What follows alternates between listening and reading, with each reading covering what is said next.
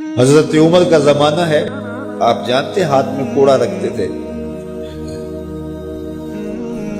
تو آپ جا رہے تھے، ایک شرابی تھا ہاتھ میں، اس نے بوتل شراب کی پکڑی تھی، گلی کا موڑ کاٹا اس نے تو آگے حضرت عمر نظر آئے۔ حضرت عمر تو موقع پہ سزا دیتے تھے، ہاتھ میں درہ پکڑا ہے تو اس نے دل ہی دل میں کہا مالک عمر کے قہر سے بچا لے، پکی توبہ کرتا ہوں آج کے بعد شراب نہیں پیوں گا، اور جلدی سے وہ شراب کی بوتل بکل میں بغل میں دبا لی۔ حضرت عمر بھی سر پہ پہنچ گئے اور جھڑک کے کہا کہ یہ تیرے پاس کیا ہے؟ تو ڈرتے ہوئے کہا حضرت سرکہ ہے۔ تو عمر سے کہا نکال، تو جب نکالا تو واقعی سرکہ ہو گیا تھا۔ جو رب شراب کو سرکے میں بدلنے پہ قادر ہے، وہ رب گناہوں کو نیکیوں میں بدلنے پہ بھی قادر ہے۔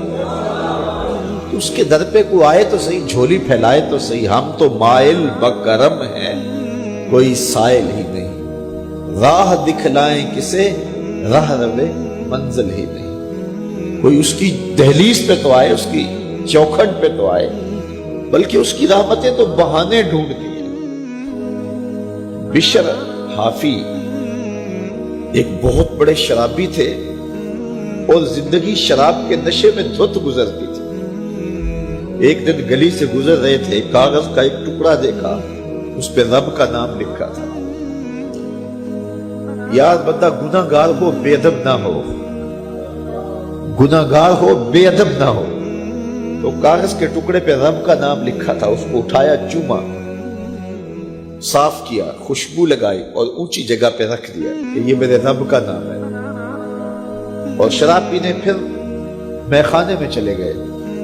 وقت کے ولی کو الہام ہوا، جا ڈھونڈ بشر کو اور میرا سلام دے، اور اسے کہہ کہ تیرے رب نے تیرے سارے گناہ معاف کر دیے۔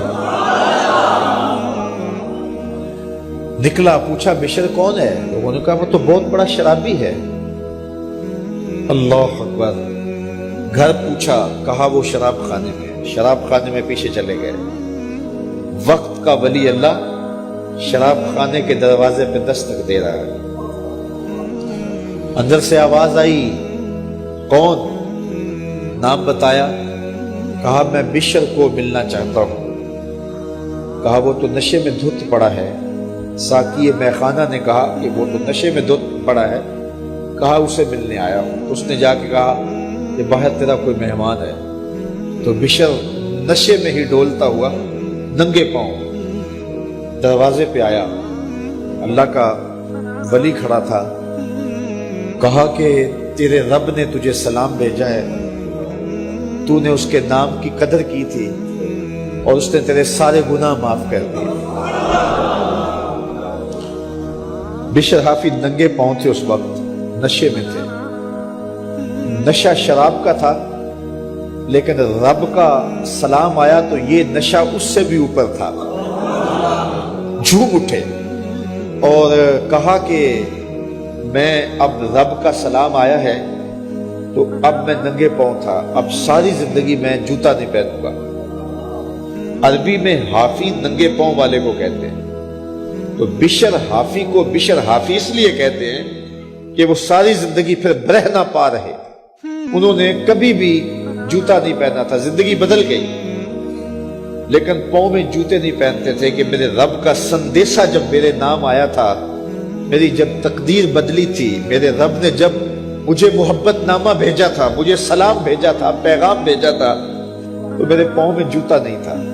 تو بشر حافی جوتا نہیں پہنتے تھے، تو رب نے کرم یہ کیا کہ بشر حافی نے گھر سے مسجد میں جانے کے لیے جو راستہ اختیار کرنا ہوتا تھا، اس راستے پر جانور گوبر نہیں کیا کرتے تھے، جانور نیت نہیں کیا کرتے تھے۔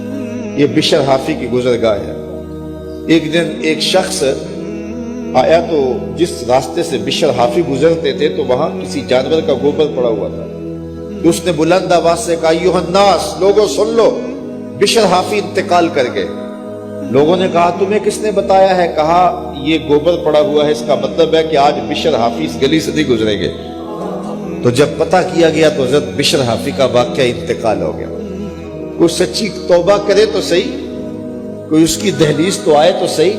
ہم تو مائل بکرم ہیں, کوئی سائل ہی نہیں, راہ دکھلائیں کسے رہ روے منزل ہی نہیں. کوئی جھولی تو پھیلائے وہ تو قریب ہے, اس کی تو رحمتیں آواز دے رہی ہیں, یا ایھا الانسان ما غرک بربک الکریم. او بھاگے ہوئے انسان, آجا پلٹ کے, تیرا رب بڑا کریم ہے.